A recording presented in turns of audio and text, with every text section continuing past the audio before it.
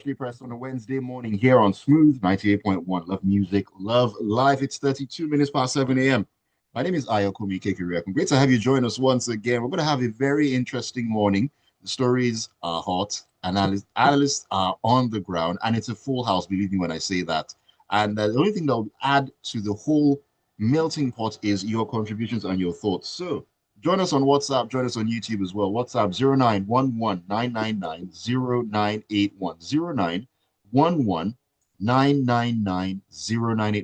YouTube, you can find us at Smooth 981 FM Lagos. Smooth 981 FM Lagos. Leave your comments in the chat box there. All right.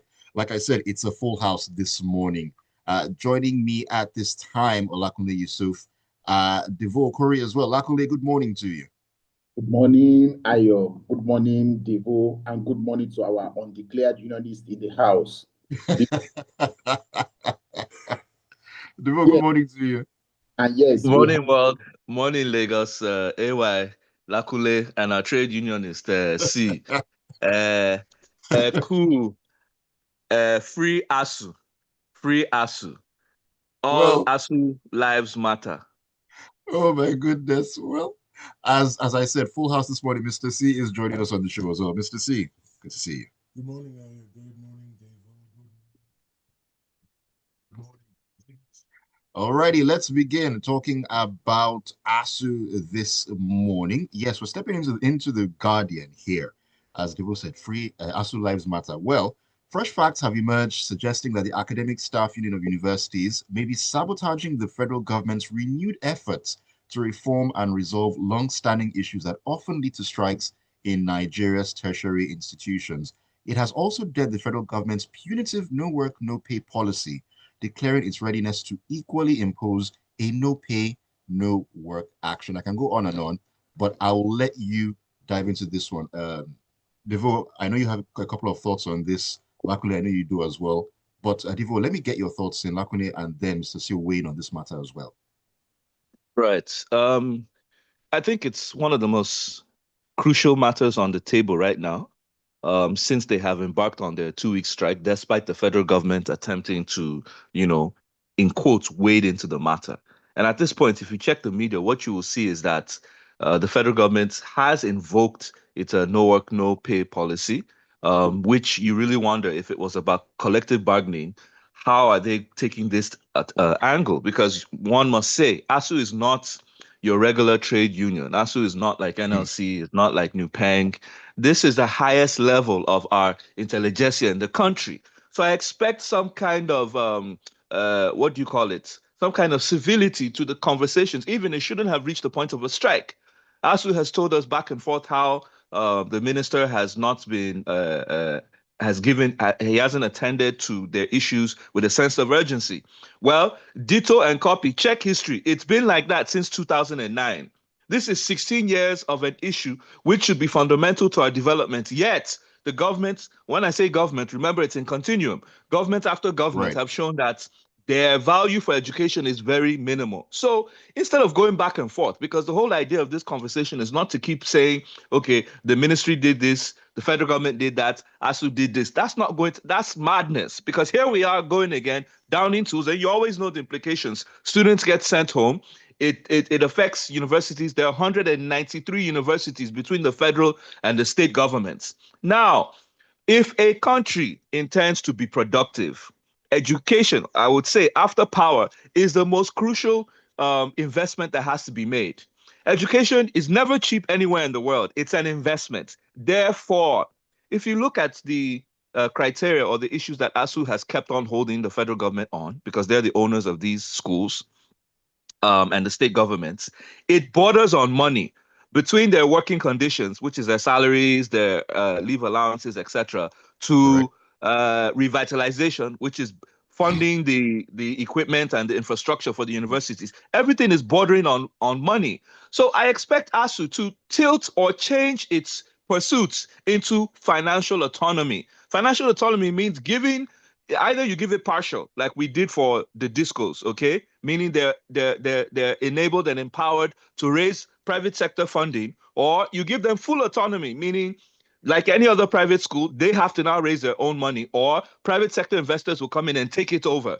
Because currently, our tertiary systems are running at a dilapidated state. Apart from the horrific experience that students have, even the value of our certificates are of no weight whenever we travel abroad.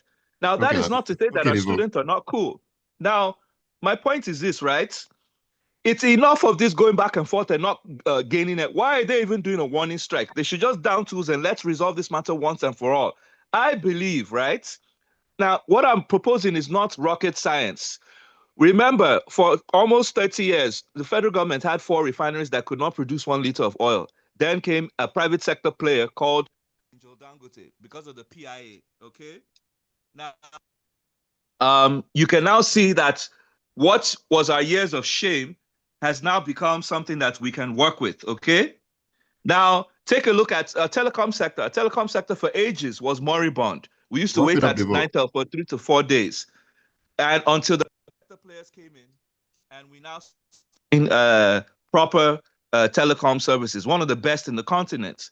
I'm simply saying apply this to the educational sector to give our educational sector a breath of life All so right. that we can stop this nonsense of going back and forth, and then maybe use the funding that they would have spent on 193 universities to provide scholarships, throw it inside NEL Fund so that it All can right. act as a buffer for people who can't afford an increased level of education. All right. Thank you for that, Devoe. Lakunle, are you in agreement with that assertion, or do you have a different view? Not entirely. Like I always say, I've never been a supporter of a strike for anything. It never solves the problem. It complicates it, right? So, a typical example, do you know that those people who wrote SSC in 2020, the ones that went to private university, are already in youth service today? And their mates who gained admission into public university at the same time are probably, maybe if they are lucky, they are in final year as we speak today. That is an open effect that we all can see. That's one. Two, government. These guys gave you a notice that they are going to go on strike. Why must you wait till every time they give you a notice to go on strike before you come to the table you want to talk to them? That is a fault of government. This thing is 16 years old, at least this one that we're talking about, 2000. And we do not seem to have a problem. We've had how many ministers of education in that time? Maybe 4, 5. We had 4 presidents in that time. This is the 4th one since that time. What problem have we solved in that time? None. 2, the universities. You know this idea that when you give somebody money to do something, before the person can come to you for more, he must be able to show what he spent what you give him before on and account for it as I've spent it properly. Are our universities able to do that? I am not sure. Since 2012, a certain university in Nigeria today does not have an internal auditor because the current one suddenly went blind. And that's a story that made national newspapers. What does that tell you? Opacity and unaccountability. That's what is at play in that university. So when we look at all of this, we need to look at it holistically. It all comes down to us, the people, the human beings. The laws don't say that don't do this, don't do that, don't do that. But it is us people who go there and twist these laws or these policies to make us arrive at where we are. Okay, Right. so they go on strike, and then they say that you say that no work, no pay. When they resume, the money you don't pay them while they're on strike, you are still going to pay them when they resume back anyway. So what's the point of making an issue out of no work, no pay? Why don't you just sit at the table? Look, you want XYZ. I can only give you ABC. And over time, I will work towards reaching XYZ that you want. That is the transparency we want government to show. The transparency we want the university environment to show is to say, look, I want XYZ, you know, you can give me ABC. Give me the permission to look for the red between ABC, you are giving me an XYZ somewhere else to the extent that this is what I can do with it. And then be transparent about how you do all these things. In the meaning that none of these 3 things I've said happens, we would never leave this thing that where we are. And it's so unfortunate that when 2 elephants fight, it is the grass that suffer.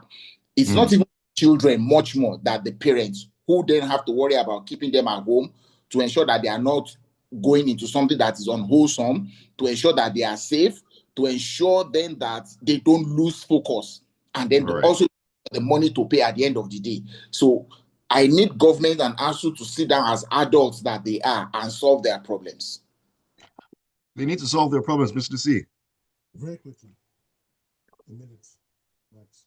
So both Lakunle and Devoe are correct, and I'm going to proffer out of the goodness of my heart a quick solution. All right. Now, we need to give universities financial autonomy completely. Then they need to go and visit universities that are already. They can go to the US, they can go to the UK. There are universities that have existed for over 100 years and are fully running. They make turn profits every year. Two, we need to stop this business of making academics the heads of schools. They can head the academic side, but we need to get business-facing people to head the business side of the universities. Because that is the only way they will start to turn profits. Then we also need to get increased alumni involvement in the funding and operations of universities. Speak to many Nigerian graduates of public universities. They cannot be bothered about their alumni associations, and they've taken an oath not to join because of the perceived conditions under which they got the degrees. So you do all of this, and you'll put an end to this because government over time has continued to show it's completely irresponsible. A 2009 agreement cannot be implemented, but very minute things that are insignificant are fully funded. Where do we go from this? Where do we go from this? Well, I don't know where we're going from this, but I know we're going from this to another matter concerning education. Lakunle. This one, very interesting. It's in the Vanguard, where the federal government has approved a comprehensive reform of admission entry requirements for all tertiary institutions in Nigeria, introducing a more flexible and inclusive framework aimed at expanding access to higher education. The development followed the approval of the national guidelines for entry requirements into tertiary institutions in Nigeria, according to a statement issued by Boriwo Folashade, Director of Press and Public Relations at the Federal Ministry of Education. Well, Lakunle, I mean, we saw the headline of this story. I'll let you dive into it. Okay, let me ask the question I always ask when we get to junctions just as this. What problem are we trying to solve? Right? I've read this story like 2-3 times now and still asking myself that question. What problem are we trying to solve? Okay, so we say art students will not do maths. We don't need to study to get credit in maths. So which means that if the fellow scores F9 in maths, is good enough so long as he has A1 in English, in Yoruba, and say IRS or CRS, for example, then the person is good enough to go and study law, right? That's just my thinking. I think that's the combination you probably will need to study law, right? So when it gets to law school and they start to teach logic, how does that student cope?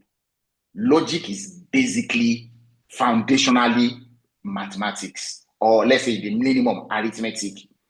So what problem are we trying to solve? Maybe when I hear the minister say we want to democratize access to tertiary education. Please, for the life of me, what does that mean? Yes, we say the entry rules are rigid.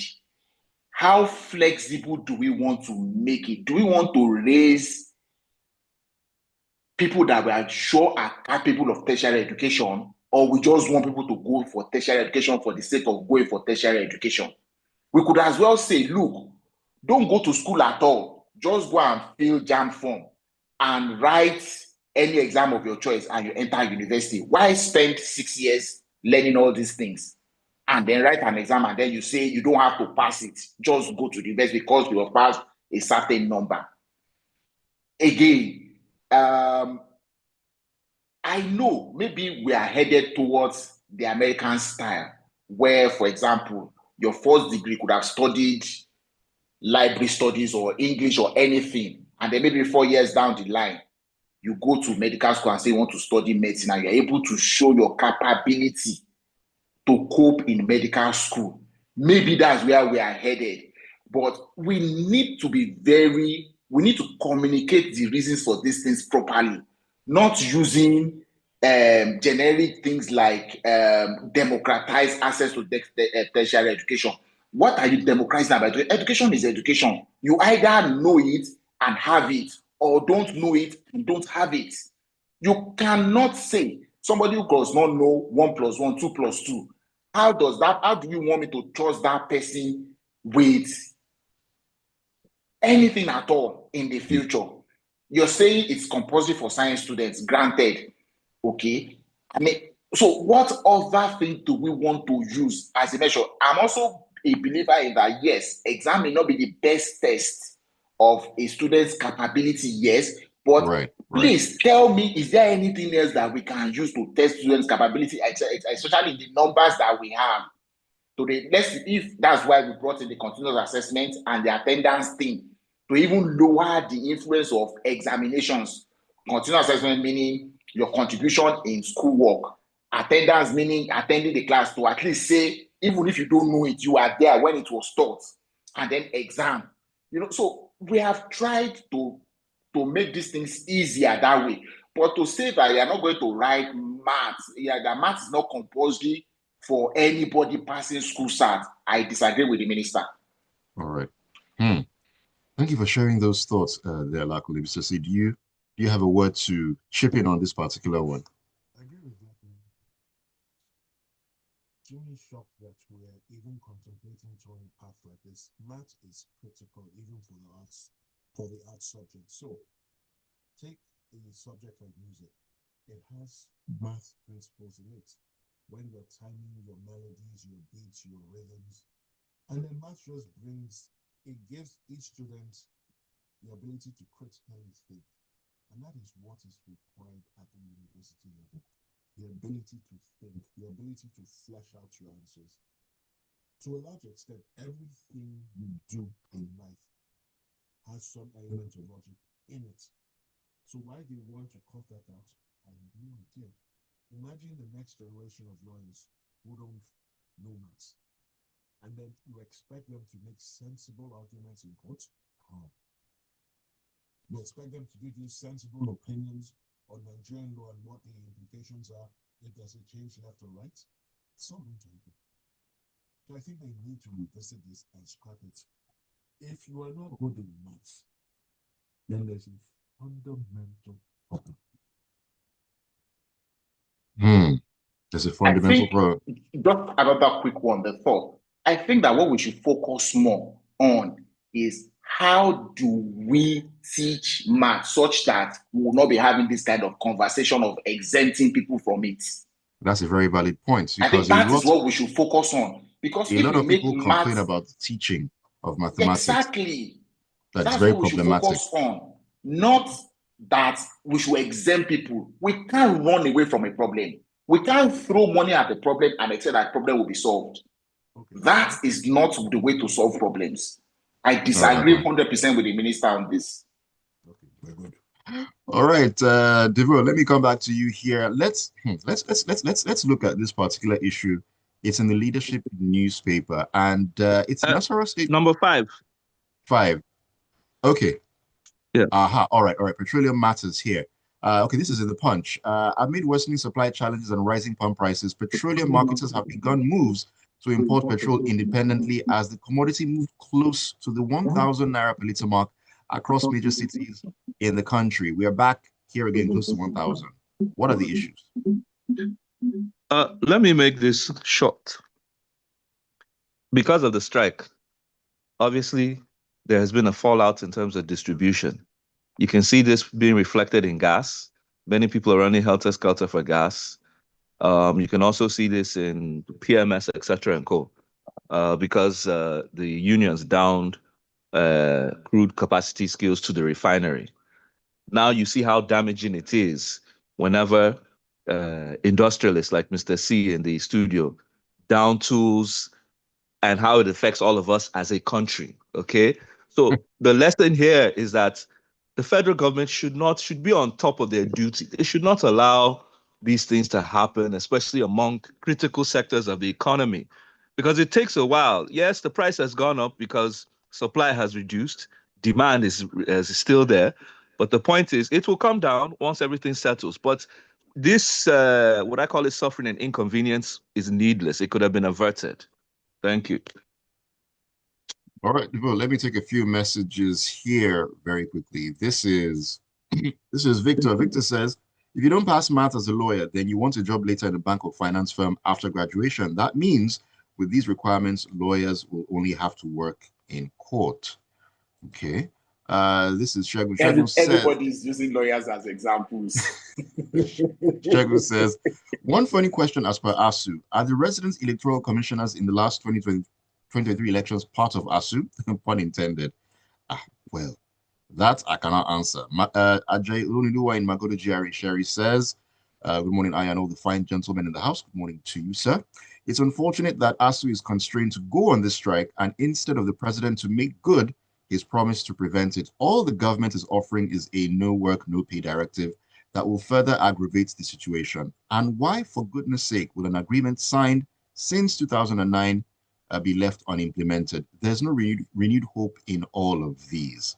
All right, Ajay, thank you for sharing that message.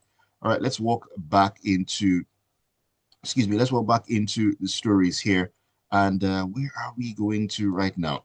Lakunle, the punch is, the punch is where we are pitching our tent. The Lagos State government has denied any involvement in the recent demolition of structures in Festac town, clarified that the exercise was not authorized by the state. Now, this was disclosed in a statement titled Lagos Government Denies Involvement in Festac Demolition. This was issued by Mukala Sanusi, Director of Public Affairs at the Ministry of Physical Planning and Urban Development on Tuesday. So if Lagos State government wasn't involved, then who gave that order? So don't let us forget that Festac Town is owned by, is actually called Federal Housing Estate, Federal FHA Estates. And it was built as part of the Nigeria's hosting the World Festival of Arts and Culture called Festac in 1977. I recall as a child when we come to Lagos from our village and they'll say that we're going to Apapa. On our way to Apapa, we'll branch at Festac just to take a drive around the city I want, well-lit lawns, no fences. There were no wires hanging in the air. The houses were properly spaced and all that. And you look like, hey, this is in London inside Lagos, you know. And then now as an adult, I cannot merge the memory of that, my childhood, with what I see of Festac today. We know that the conversation about how Festac became what it is today will forever go on. Ownership issues will go on. Don't forget, land use act says that the land is vested with the governor of the state. But when the federal government owns the facility, they have a first right of whatever over it. So, but because of recent happenings, including the one that just happened at the International Trade Fair Complex, right, where Lagos State government actually moved there to demolish some things, claiming that they are the ones who have rights to approve buildings, and all that.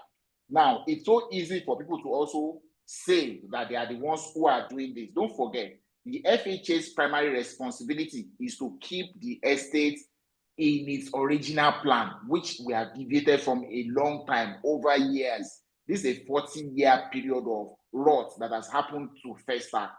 So Lagos State need to take one side and be very clear when they are doing stuff and when it's not doing it. So for the doubt or for the benefit of for the benefit of the doubt, maybe it is the FHA that is doing its job of trying to maintain what Festac should be.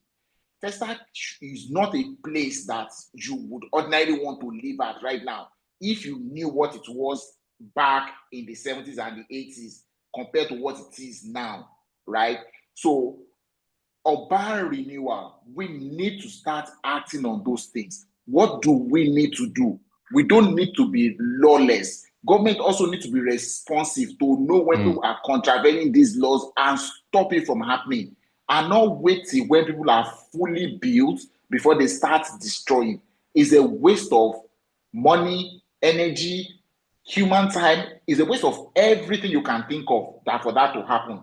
And FHA, Lagos State government, no matter who is ordering the demolitions, are all culpable in this, including the people who did the contravening of the laws. Everybody are culpable in this matter.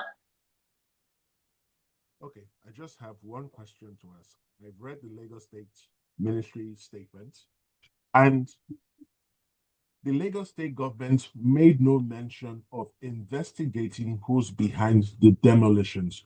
All they said was they were not responsible. I would have thought that as the governing authority here, they would then take the further step to investigate who's behind it. Because if it's not them, then who has the power to carry out demolitions without governmental approval? My thoughts. Very, very big question. I mean, yes, something like there's this cannot be actually a happening, law. and you claim Ayo, there's ignorance. actually a law in Lagos today that even if you want to paint your house, you must go to one agency to take permission. So even if it is the FHA that is doing the demolition, they should have gone to that agency to take permission that we want to do this. Do you get? To renovate your house, you need to go to it. I can't remember the name of the agency. There's an agency in Lagos State today for any renovation you want to do on any existing property, demolition, anything at all you want to do on an existing property, you must go to that agency to take permission to do it. All right, Devoe, before we wrap it up, I am where do you want to pitch your tent finally as we wrap up the conversation this morning? Okay, let's allow the trade unionists to speak on behalf of the people. Thank you. Right, Mr. C, do you want to speak to this particular issue? Okay. Yeah, so just very quickly, Security Matters leadership newspaper, when Nasarawa State Governor Abdullahi Sule has warned of an infiltration of the Boko Haram splinter group, Wulo Wulo, in the north central zone. Now, this was during an interface with security stakeholders in Lafia, the state capital. The governor urged the zone to unite against emerging threats. We're still having emerging threats. Mr. C, this is a disturbing revelation by the National State Governor. So it is extremely disturbing that yet another group is surfacing. And the source of this information is the Nasarawa State Governor. He is the Chief Security Officer of the state and is privy to many security reports. Now, the bigger question is this. They've moved from the northwest and the northeast, and they're now coming down country to the north central. The people in the south, we're not exactly safe. And it calls again into question the security architecture currently in place, the strategies currently in place, and how the various security services are coordinating themselves and harmonizing their operations. Because now we have two groups operating around Kwara State. There's a Lakurara group, and then there's this group. Which other group are we going to be assailed with? And as we speak, the NSA is not in the country. Where do we go from here? Because the root issues fueling and encouraging the rise of groups like this have still not been properly addressed. And until we do that, sadly, we may continue to witness more and more groups emerging on a daily basis. That is a very, very scary thought just to think about. Because of time, I need to just rush through your messages. A couple of them have come through here. Tony Marimbich says, mathematics, amongst others, is woven into the fabrics of life, and this contemplated idea, wherever it's coming from, is a direct assault on our academic standards and development. Maybe we should also start to investigate the certificates of those in government peddling this idea. All right. Excuse me. Daniel says, good morning, Smooth. In America and the UK, government funds the universities via specific provisions and policies. So it is not that government leaves the universities without financial support. The main issue is the Nigerian government doesn't believe that it is very important. The proof is in a minister saying math is not required for university admission. The nonsense in the policy is frightening. They're not saying reduce the grade to a pass, but just remove it as an admission criterion. They didn't say improve teaching maths in our work. And that is Daniel in Festa. This was through other entities, a number of them I need to read. Tayo said NSC is roaming in Rome. This is Joseph Menier in Silver State. He says, it's really unfortunate how Lagos state governments have engaged in systematic land grabbing, Oroshoki Kota, trade fair complex, Festac. Where next? The truth is that shenanigans in all facets of countries should stop. Demolition after a building is standing not on foundation level. May God help us. This is Obina Gallagher who says, morning guys, the consequences of a regime plagued by leaders embroiled in certificate scandals are evident. Their disregard for education is reflected in their policies. 1 month, they introduce Chinese language in schools, and the next, they're removing mathematics, a subject fundamental to our daily lives. Well, they're not removing, just removing it as a criterion for university admission. So they will still do maths in school. It's disheartening to see funds allocated to peaceful settlement of bandits while education is neglected. Nigeria needs visionary leaders. Fabian Inekwe says, morning everyone, ASU is on strike. The educational system is slowly crumbling, yet the government chooses to tinker with education, reducing the standards rather than looking at the root cause. Later, when we have half-baked graduates, we will complain. I hope that the same won't be done for English, which a lot of students also fail. The American system encourages and supports intellectual capacity. They do not reduce the standards, but rather look at ways to improve the sector and cater to students with different capabilities. Shagun says, demolition in your state and you claim to have no knowledge. Is that not akin to anarchy? Federal or not, there's no way such a thing should have happened without the knowledge of the state. And Michael says, you will do logic in the arts before you graduate. Derivations to be exact, which is math-based. Abolish math so that future political leaders cannot understand basic fundamentals. How will they process national budgets, sir? I see what you did there. Alumni, when the school cannot get me my transcript, results cannot be traced. Truly, that is the attitude a lot of people, the stress they go through just to leave the school. I don't think anyone would want to go back there to do anything, really and truly. But we need to wrap it up and call it a morning. Thank you all so much for the messages. Thank you all for the feedback on YouTube as well. Apologies for the problems raised. We'll definitely look into that one because you mean the world to us. Thank you, Lakunle and Mr. C. Devoe, I think, has had network issues. He has left the building. Lakunle, your thoughts? Thank you, Ayo, for having me again this week. We'll see next week. And now that we are praying now we prayed and God answered our prayer yesterday. We got 4 goals. We will not cease in praying so that we would qualify from the African qualifiers and qualify for the international qualifiers. We have to be at the World Cup, despite all the nonsense that our people have done to date. Oh, it's to see. Thank you, Lakunle. Thank you, Devoe. Thank you, Ayo. Thank you, wonderful listeners, for tuning in. And let's just keep our heads up. We shouldn't be deterred by the nonsense that continues to persist in our daily lives. We should forge ahead, do the hard work, and we'll all reap the benefits. Enjoy a beautiful end to the week and prepare for the weekend. Yes, indeed. Prepare for the weekend and let's make the best of everything that we can. All right. Thank you all once again for keeping it tuned. This has been Freshly Pressed on the Smooth Breakfast here on Smooth 98.1. Keep it tuned. At 8:50, we'll talk more about the Super Eagles and every other thing in the locker room. Don't go anywhere.